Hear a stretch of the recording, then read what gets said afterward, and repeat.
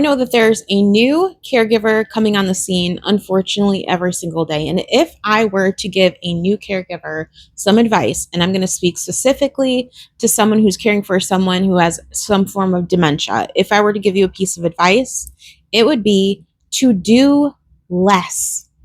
And look, I know that that probably feels really, really counterintuitive. You're probably like, why? Caregiving is not a do less type of situation, girlfriend. And I don't disagree. Okay. I don't disagree, but this is why I'm saying to do less. From my life and from my own experience, which I know this is not going to be everyone's, but I'm just speaking from my experience, okay? When I first took on caring for my mother, it was in more of a supportive role. It wasn't like a full-on caregiving role. When she moved in with me, she could still feed herself. She was still like heating up her own coffee. She still bathed herself, clothed herself, did her own hair, all of those type of things.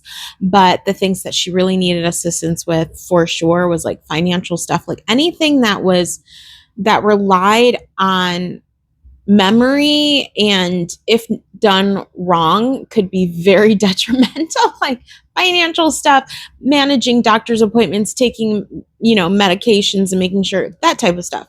But when she got her official diagnosis, her official Alzheimer's diagnosis, I really, in an effort to be as supportive as possible, I ended up doing a lot of things for her that she could technically still do for herself, even imperfectly, even if it's messy, even if it was slower. I did a lot of things and just was like, oh, let me do that. Oh, don't worry about it. I can figure that out. Because I was trying to take off as much mental load, like off her mental plate as much as possible, because I thought maybe that would kind of, if I helped to reserve her brain power, maybe that would help things slow down. That was my thinking. And so I took over doing a lot of stuff for her, and that caused frustration for her because she was like, I can do it. I can handle it. I can do that. And for me, it also like was a strain on me because then I had a lot more on my plate, right? And even though my heart was in the right place, what I ended up doing, number one, was I began to burn myself out very, very quickly. And my caregiving, my like nitty gritty caregiving journey had just started and I was already burning out. And then I was also frustrating her because she was feeling like she was incapable of things when she knew I can do XYZ. I can do this or that.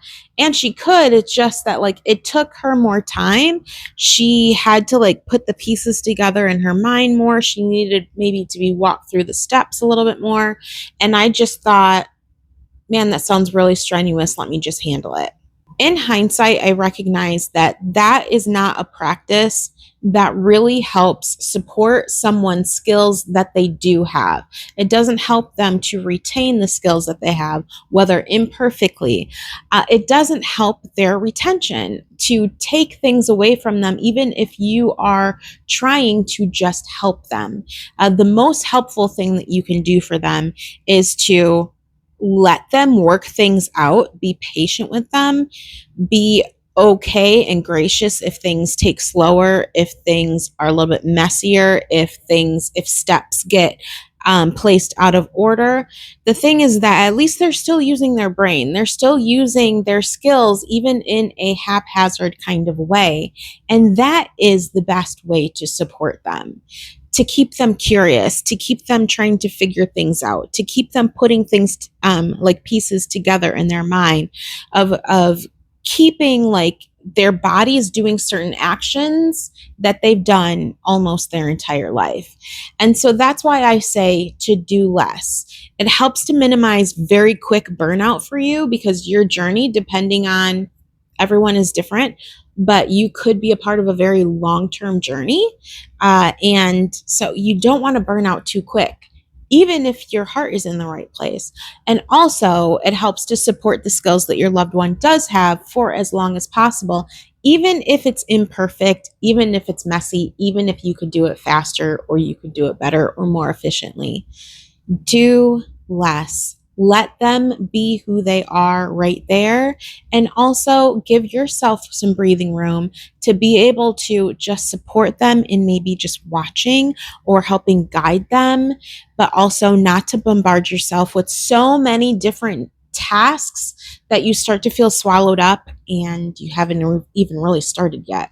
If you are a new caregiver coming on the scene or new ish and you are still chartering all of this like territory that you just are like overwhelmed by, you don't understand, you feel like you're on an island, I just want to remind you that you are not alone. You may be alone in your home or in your particular space in this world, but there are so many of us that identify with you. There's so many of us that have intersecting experiences and feelings, and there's an entire community in the social media space that is so amazing. So many amazing human beings. I encourage you to reach out, branch out, get on social media, get in social groups and chat it out. Share those things that are tough for you to express, those confusing things, the things that you don't know about, because there's always going to be someone out there that says, oh my gosh, I thought I was the only one, or me too. And you will realize that what you're going through isn't completely abnormal. What you're going through isn't just isolated to you.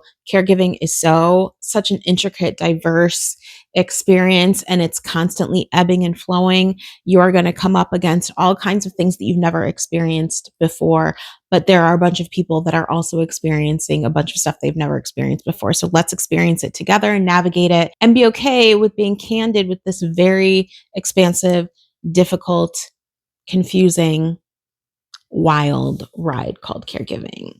I love you. I'm so glad that you're here, and we'll chat soon.